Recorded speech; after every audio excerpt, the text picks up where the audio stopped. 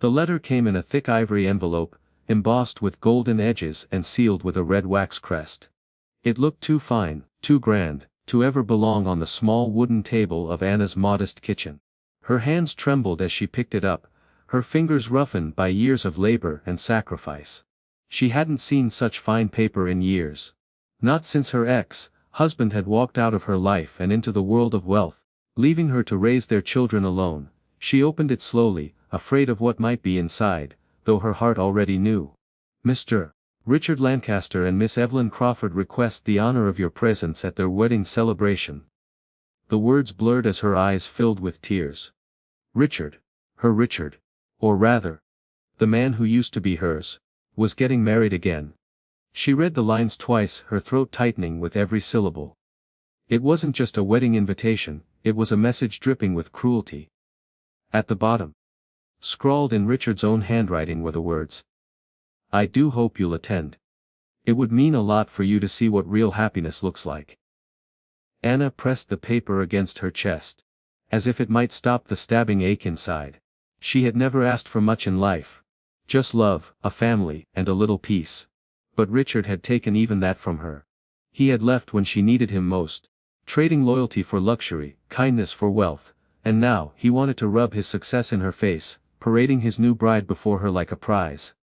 For a long moment, Anna sat in silence, staring at the cracked walls of her small home. A breeze from the open window stirred the invitation on the table, mocking her. She imagined what Richard was hoping for, that she would arrive in her worn-out dress, head lowered in shame, looking like the poor broken woman he believed she was. But as her tears dried, something else rose within her. A quiet strength. A fire she thought she had lost. She straightened her back, her chin lifting. If Richard wanted her to come, then she would come. But not the way he expected. She glanced toward the small bedroom where three soft voices were laughing, playing, filling the air with innocence and life. Her children, her secret strength. They had never met their father, never known his love, but they carried his blood. And soon, the world would know it too. Anna folded the invitation carefully, slipping it back into its envelope. For the first time in years, she felt no fear, no bitterness, only a calm determination. Richard thought he had the power to shame her, but he had no idea the storm she was bringing with her. The city was alive with glitter that morning. A luxury hotel stood tall against the skyline, draped in fresh white roses and golden ribbons. Its grand entrance buzzing with valet attendants, photographers, and guests arriving in sleek imported cars. Rolls-Royces, Bentleys, and gleaming black SUVs lined up outside, each depositing men in tailored suits and women in shimmering gowns. The atmosphere was thick with wealth, status, and the sweet smell of vanity. Inside the ballroom, crystal chandeliers cast dazzling light across the marble floor. A string quartet rehearsed in the corner, their music floating like a delicate promise of a perfect day. The bride, Evelyn Crawford, stood before a mirror in a gown that cost more than most people's yearly income. Surrounded by bridesmaids adjusting her veil, she smiled proudly, knowing she was marrying into not only love, but power and prestige. And then there was Richard. The groom stood by the window in his fitted tuxedo, sipping champagne with an arrogant curl to his lips. His eyes sparkled, not with affection for his bride, but with anticipation for something else. He was waiting to see his ex-wife walk through those doors. He pictured her timid, perhaps in an old dress, shrinking away from the grandeur of his new life. He imagined her small and forgotten in a sea of wealth. Will she even dare to show up? One of his groomsmen asked with a smirk. Oh, she'll come, Richard said confidently. She won't resist the chance to see what she missed out on. And when she does, well, she'll finally understand what happens when you let a man like me go. They laughed, clinking their glasses together. To them, Anna was nothing more than a ghost of Richard's past, a mistake erased by his newfound fortune. Across town, however, a different scene was unfolding. Anna stood at the doorway of her small but tidy home, smoothing the soft fabric of her elegant dress. It wasn't flashy, but it carried dignity. Her children, three little miracles, stood beside her, dressed in matching outfits of fine tailored clothes. They looked like royalty, their shoes polished, their hair neatly combed, their faces glowing with excitement. Then, with a low hum, a sleek black limousine pulled up in front of the house. The driver stepped out swiftly, opening the door with a bow of respect. The neighbors peeked through curtains and doorways, whispering in disbelief. Anna, the woman everyone pitied, was stepping into a world they never imagined for her. Her children climbed into the limo first, their laughter echoing inside. Anna followed, her heart pounding but her steps steady. As the door closed behind her, she took a deep breath. She wasn't just going to attend Richard's wedding. She was going to arrive with dignity, grace, and the living truth he had tried so hard to bury. And as the limousine pulled away from the little street, heading toward the glittering hotel, Anna's eyes shone with a quiet, powerful certainty. The stage was set. And Richard Lancaster was about to learn that the woman he once cast aside had never been defeated. She had only been waiting for the right moment to rise. The ballroom was buzzing with laughter, music, and the soft clinking of glasses. Guests had begun to settle into their seats, their eyes occasionally straying to the front where the altar gleamed beneath an arch of white orchids. Evelyn, radiant in her gown, basked in the admiration of her wealthy guests. Richard stood beside her, chest puffed, his smile wide. For him, everything was perfect. The master of ceremonies tapped the microphone, preparing to announce the beginning of the ceremony. The music swelled, violins filling the room with elegance. All eyes were fixed on the bride and groom, until suddenly, the grand double doors of the ballroom swung open with a heavy thud. The music faltered. Guests turned in unison, their whispers sharp and curious. There she was, Anna. She stood framed in the doorway, the light from the hotel lobby spilling behind her like a halo. Her dress, though simple compared to the glittering gowns around her, radiated dignity.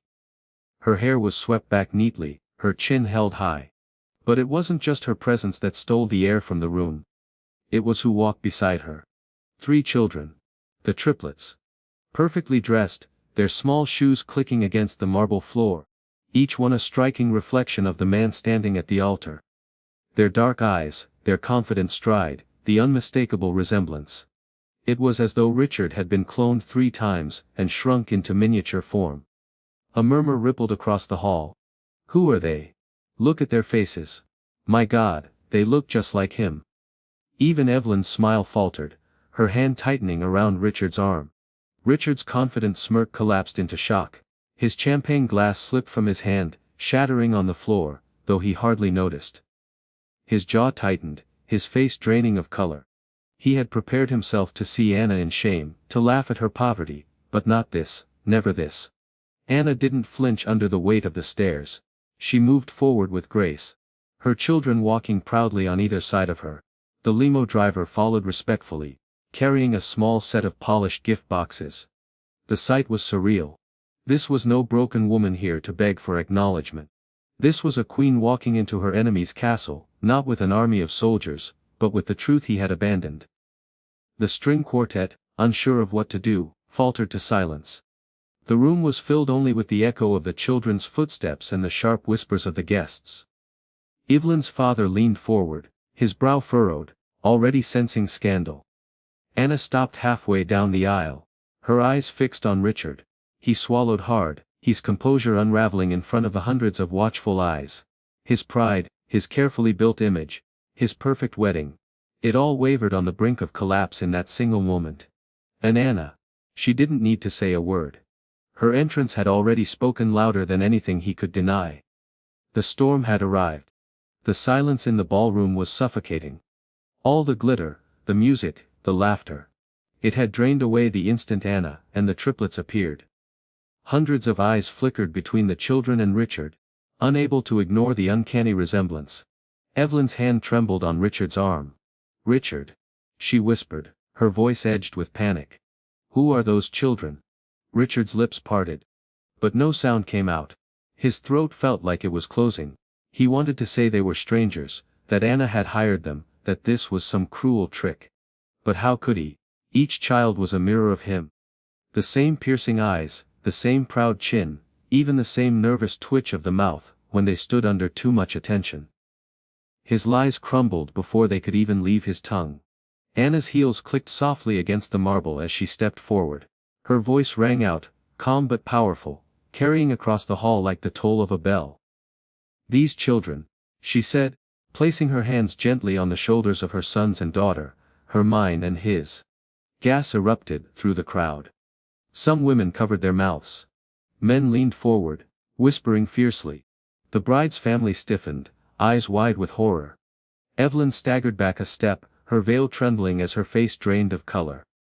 Richard tried to laugh, though it came out strained and hollow. That's ridiculous. Don't listen to her. She's jealous, bitter, jealous. Anna's voice cut through his protest like a blade. You abandoned me when I was carrying your children. You traded us for wealth, for status.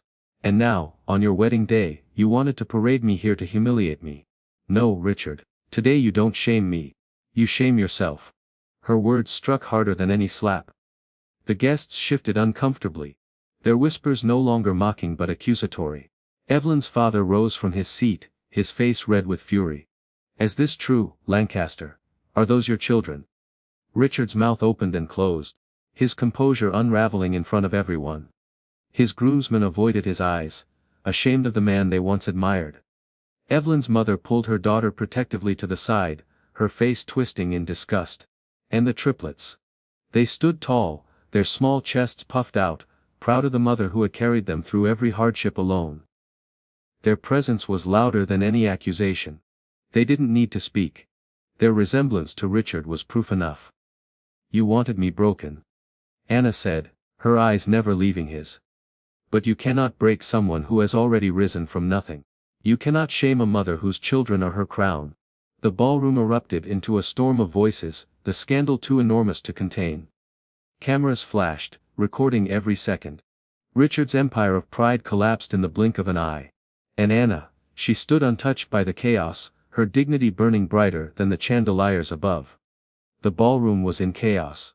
What had begun as a celebration of wealth and prestige had unraveled into a public scandal. Guests rose from their seats, voices overlapping in shocked whispers. Some discreetly pulled out their phones, snapping pictures and recording video, knowing this story would spread like wildfire before the night was over. At the center of it all stood Richard, the once proud groom, now pale and trembling. His tuxedo, once the symbol of his success, suddenly felt suffocating against his skin. The weight of hundreds of accusing eyes pressed down on him, and he could see his carefully constructed reputation crumbling into dust. Evelyn, his bride-to-be, pulled her arm from his grasp with a sharp jerk. Her face, flushed with humiliation, was set in stone. Her mother hissed in her ear, "This marriage will not happen. Not after this disgrace."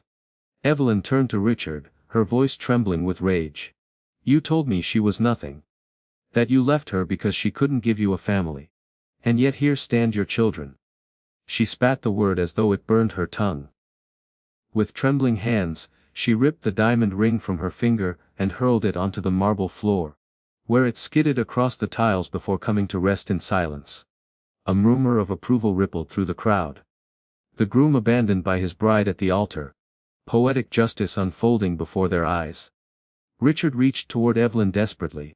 "Wait, please, it's not what it looks like, I can explain." But his words were drowned out by the sharp sound of chairs scraping and footsteps retreating. One by one, the bride's family walked out of the ballroom, their heads held high, leaving Richard alone in his shame.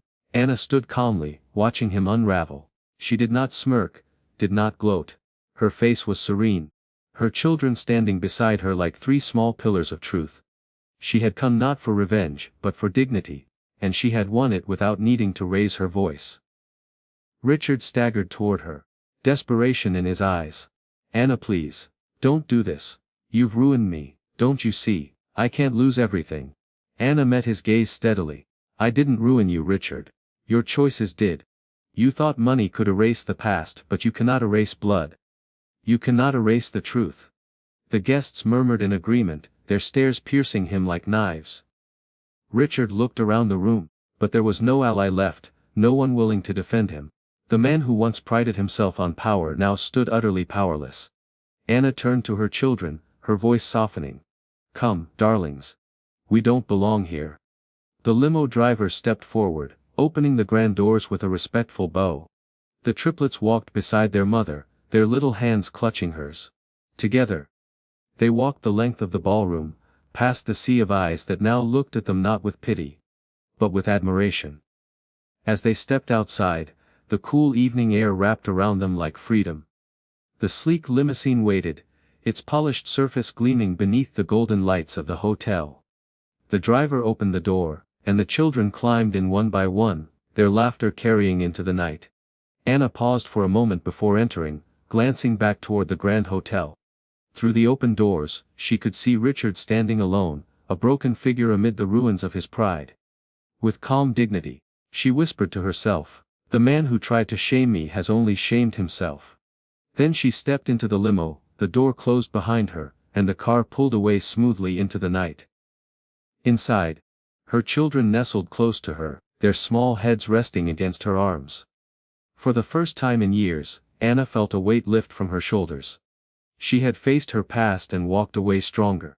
She didn't need Richard's wealth, nor his approval. She had something far greater: her children, her dignity, and a future built on truth rather than lies. As the limousine disappeared into the city streets, Anna smiled softly.